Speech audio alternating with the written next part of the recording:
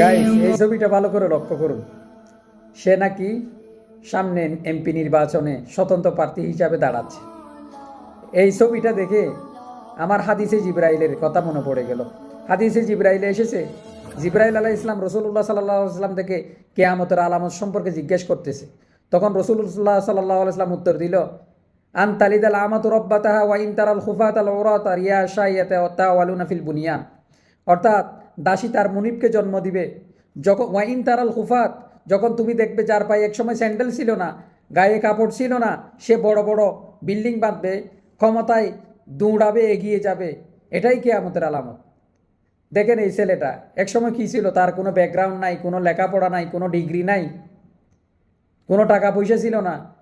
এই যে কিছু 2-3 বছর আগে কাফল ব্লগিং করে নিজের বউকে সোশ্যাল মিডিয়ায় ছেড়ে দিয়ে নিজেও নোংরামি করে ভাইরাল হয়ে কিছু এখন টাকা হয়েছে, বিল্ডিং বেঁধেছে, এখন সেও নাকি আমাদের সমাজে এমপি হবে। এটা কিয়ামতের আলামত নয়, এটা রসুল্লাহ সাল্লাহ আসলামের ভবিষ্যৎবাণী একদম সত্য। আরেক হাদিসে এসেছে অযোগ্যরা ক্ষমতা পাবে। এরা কোন দিক দিয়ে যোগ্য ভাই? সমাজে এরা অশ্লীলতা ছড়ায়, এরা এমপি হলে কি করবে? এটা কিয়ামতের আলামত। ফান্তাজিরুস আপনারা কিয়ামতের জন্য অপেক্ষা করুন, আর কিছু বলবো না। এই সমস্ত মানুষগুলি সমাজের নেতৃত্ব আসে, তাহলে আর কি বলবো আমরা?